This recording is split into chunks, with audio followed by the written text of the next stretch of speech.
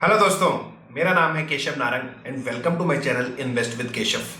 आज के इस वीडियो में हम बात करने वाले हैं अप्रैल मंथ के आउटलुक के बारे में। तो टुडे इज 31 मार्च।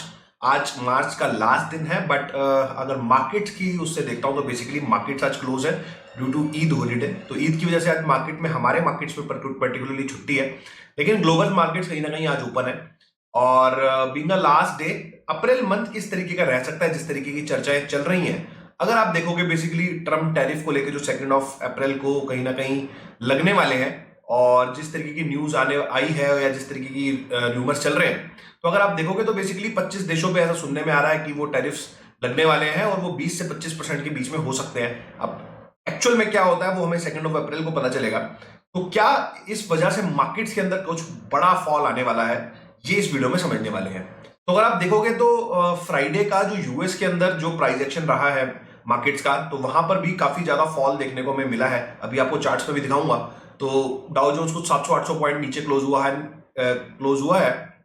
और नैस्डैक को भी देखूंगा तो कुछ 3%, 2.5-3% के आसपास नैस्डैक भी नीचे क्लोज हुआ है, जिसकी वजह से हमारी जो गिफ्ट निफ्टी है अभी मार्केट, यूएस मार्केट्स के फ्यूचर्स ओपन है, तो उसकी वजह से अभी कुछ 150, 200 पॉइंट के 200-250 पॉइंट के आसपास नीचे दिखा रही है। मतलब अभी जो हमारा जो फ्राइडे का क्लोजिंग लेवल था 22,500, तो कोई ना कहीं 22,300 के आसपास हम खुलने चाहिए। अब रात में किस तरीके से काम होता है यूएस में, वो हमें देखना पड़ेगा।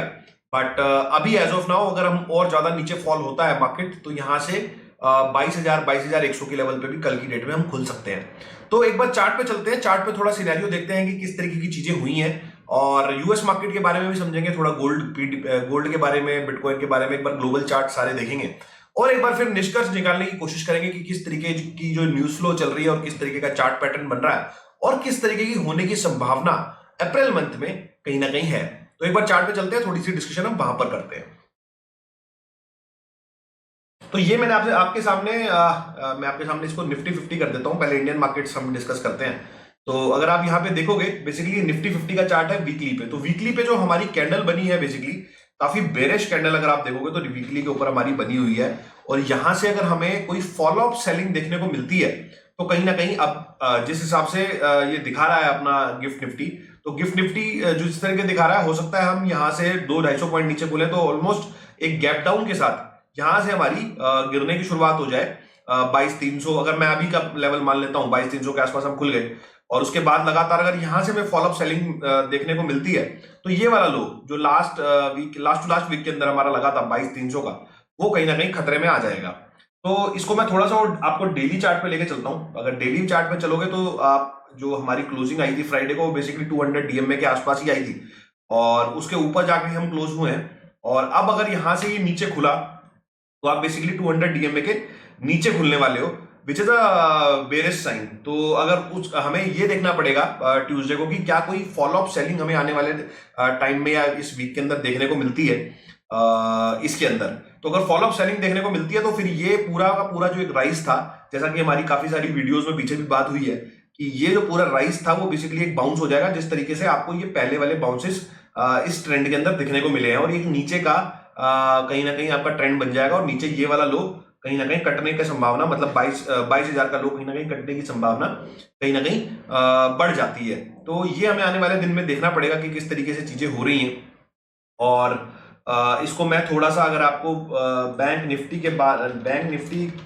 के पर्सपेक्टिव से अगर दिखाऊं, तो बैंक निफ्टी अगर आप देखते हो तो वहां भी हमें डेली पे काफी बेरिश कैंडल देखने को मिली है। इसके अंदर भी हमें कोई फॉलोअप अगर यहां से देखने को मिलता है, सेलिंग देखने को मिलती है, तो कहीं ना कहीं अगर बैंक निफ्टी भी 49,900 के नीचे आ जाता है, 50,000 के नीचे आ जाता है, तो ये भी एक बड़े फॉल की तैयारी कर लेगा। और आरएसआई लेवल पे भी अगर आप देखोगे तो 70 का आरएसआई चल रहा है, तो कहीं ना कहीं एक नीचे का डायरेक्शन यहां से हमारे सामने बन सकता है। अब थोड़ा सा ग्लोबल मार्केट्स को अगर मैं डिस्कस करता हूं, तो मैं आपको जरा फ्राइडे का जिस तरीके से हमने डाउ जोन्स, और आप ये देखो, ये डाउ जोन्स का डेली चार्ट है, तो आप ये देखोगे कि किस तरीके से डाउ जोन्स ने एक यहां से हम ऊपर से गिरा, और यहां से एक इसने राइज लिया था, और लगभग ये जो फॉलिंग ट्रेंड लाइंस आ रही हैं, बेसिकली 30 और 50 डे का मूविंग एवरेज, वहां से कहीं ना कहीं रेजिस्टेंस लेके एक बड़ी कैंडल इसने यहां पर बनाई है।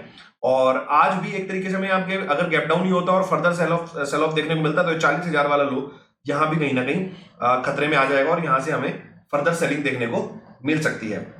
इससे ज्यादा जो हमें सेलिंग देखने को मिली है वो है नैस्डैक के अंदर। तो अगर नैस्डैक के अंदर मैं देखता हूं, बेसिकली नैस्डैक ने तो अपना लो काट ही दिया है, तो यहां से इसने भी ये अपनी 200 डीएमए से रेजिस्टेंस लिया और एक बड़ी कैंडल बनाई, 2.5% के नीचे के आसपास नीचे क्लोज हुआ, 517 पॉइंट फ्राइडे को। और ये जो लो था ये इसने कहीं ना कहीं इसके आसपास की ही क्लोजिंग आई है। अब यहां से हमें गैप डाउन एक देखने को मिल रहा है, और अगर गैप डाउन हो जाता है यहां से और फॉलोअप सेलिंग अगर देखने को मिलती है तो हम एक नए लोज कहीं ना कहीं नैस्डैक के अंदर बना रहे होंगे। तो नैस्डैक के चार्ट और डाउ जोन्स के चार्ट बहुत ही बेरिश चार्ट हमें देखने को मिल रहे हैं। जिस तरीके से आप देख रहे हो कि जो भी फर्दर मूव आ रहा है ऊपर की तरफ, वो कहीं ना कहीं एक सेल ऑफ की तरफ जा रहा है और मार्केट उसके बाद नीचे की तरफ एक नया लो बनाने जा रही है। तो यूएस मार्केट्स में भी हमें काफी सारे इश्यूज देखने को मिल रहे हैं, और ये थोड़ा सा हमें बेरिश साइन देता है। अगर ग्लोबल मार्केट्स में हमें फॉल देखने को ज्यादा मिला तो कहीं ना कहीं आप देखोगे कि हमारी इंडियन मार्केट्स में भी कहीं ना कहीं फॉल ज्यादा बढ़ जाएगा। मैं आपको एक बार निकाई का चार्ट शेयर करता हूं। निकाई में आज अभी जब मार्केट खुला हुआ है तो कहीं ना कहीं आप देखोगे कि इनके अंदर तो भी कुछ फॉल हमें फ्यूचर्स में देखने को मिल रहा है। तो उसकी वजह से भी हमारी मार्केट के अंदर कहीं ना कहीं आप देखोगे कि फॉल ज्यादा बढ़ सकता है। तो अभी 1.5% के आसपास नीचे काम कर रहा है निकाई। और आप ये देखो, ये जो फॉल था बेसिकली डेली चार्ट मैंने आपके सामने लगाया हुआ है, ये जो फॉल यहाँ से था, अब यहाँ से इसने दोबारा ब्रेकडाउन देने की यहाँ से अब दोबारा ब्रेकडाउन दे रहा है। तो अगर यहाँ से भी कंटिन्यू होता तो ये भी नीचे की तरफ जा सकता। तो ग्लोबल मार्केट्स, चाहे वो जापान हो, चाहे वो यूएस हो, चाहे वो नैस्डैक हो, जो भी है वो कहीं ना कहीं नीचे की तरफ का ब्रेकडाउन देने की ट्राई कर रहे हैं। और एक बार हम गोल्ड का चार्ट देखें, अगर यहाँ पर गोल्ड का अगर मैं यहाँ पे आपके सामने चार्ट देखता हूँ, तो गोल्ड के अंदर भी, गोल्ड के अंदर कहीं ना कहीं हमें एक आप देखोगे अभी मार्केट ओपन है और ये 1.5% ऊपर है, मतलब $3100 के भी ऊपर चला गया है, which is a very bad sign. मतलब ये भी हमें एक ऐसा इशारा कर रहा है कि कोई बड़ा फॉल शायद हमारा वेट कर रहा है, क्योंकि गोल्ड जिस तरीके से बढ़ रहा है, कहीं ना कहीं गोल्ड का बढ़ना कहीं ना कहीं मार्केट में एक अनसर्टेनिटी और नीचे की तरफ फॉल आने का इशारा करता है। तो गोल्ड भी जिस तरीके से भाग रहा है, आप देखोगे कि कहीं ना कहीं हमें एक बहुत बेरिश साइन गोल्ड की तरफ से भी आ रहे हैं। उसके अलावा अगर बिटकॉइन को देखते हैं तो बिटकॉइन भी आप देखोगे, ये मैं बिटकॉइन का डेली चार्ट आपके सामने लगाया है। तो बिटकॉइन के अंदर मैं देखता हूं तो ऊपर से जो हमारा फॉल स्टार्ट हुआ है $1,09,000 से, तो इसने भी यहां से बाउंस लिया, यहीं कहीं अटका, और अब यहां से हम दोबारा नीचे की तरफ ट्राई करना चाह रहा है। तो जैसे अगर ये लेवल्स ब्रेक हुए, मान लो ये $70,000 $78,000 के, तो एक फ्रेश राउंड ऑफ सेलिंग इसके अंदर भी बन जाएगी, एक नया ब्रेकडाउन इसके अंदर भी बन जाएगा। तो चार्ट्स अगर आप देखते हो बेसिकली, तो कहीं ना कहीं चार्ट्स हमारे चाहे वो इंडिया के हों, चाहे वो यूएस के हों, कहीं ना कहीं अगर आप देखोगे तो ग्लोबली भी बेरिश कहीं ना कहीं चार्ट्स बने हुए हैं। और ब्रेकडाउन की तरफ या तो ब्रेकडाउन हो गया है, जैसे नैस्डैक में हमने देखा कि ऑलमोस्ट हम जो फ्राइडे का क्लोज है वो ब्रेकडाउन पे ही हुआ है, और आज जब हम ओपन होने जा रहे हैं अभी एज ऑफ नाउ जिस तरीके से फ्यूचर्स दिखा रहे हैं, तो हम ब्रेकडाउन के साथ ही शुरुआत करेंगे। और बाकी सारे अगर मैं जापान देखता हूं या डाउ जोन्स का चार्ट देखता हूं या एसएमपी भी मैं देखता हूं, तो कहीं ना कहीं वहां भी हमें ब्रेकडाउन के साइन देखने को मिल रहे हैं। जिस तरीके से यूएस मार्केट हमें कुछ खास पॉजिटिव संकेत नहीं दे रहा। और इसके विपरीत अगर आप गोल्ड को देखोगे तो गोल्ड में लगातार तेजी बनी हुई है। गोल्ड $3100 के भी ऊपर निकल गया है, विच इज अ साइन की दुनिया में कोई बड़ी उठापटक भी हो सकती है। और ये टैरिफ्स की वजह से कहीं ना कहीं इन्फ्लेशन भी कहीं ना कहीं बढ़ने का खतरा है, जिसकी वजह से गोल्ड बहुत ज्यादा बढ़ रहा है। तो अब यहां से अगर आप मोटा मोटा अगर आप देखोगे global markets, Indian markets, gold और बिटकॉइन, अगर और ये इस तरीके से जो टैरिफ्स की न्यूज आ रही है कि 2 अप्रैल को टैरिफ्स लगेंगे, तो कहीं ना कहीं हमें थोड़ा सा ऐसे सतर्क होना पड़ेगा।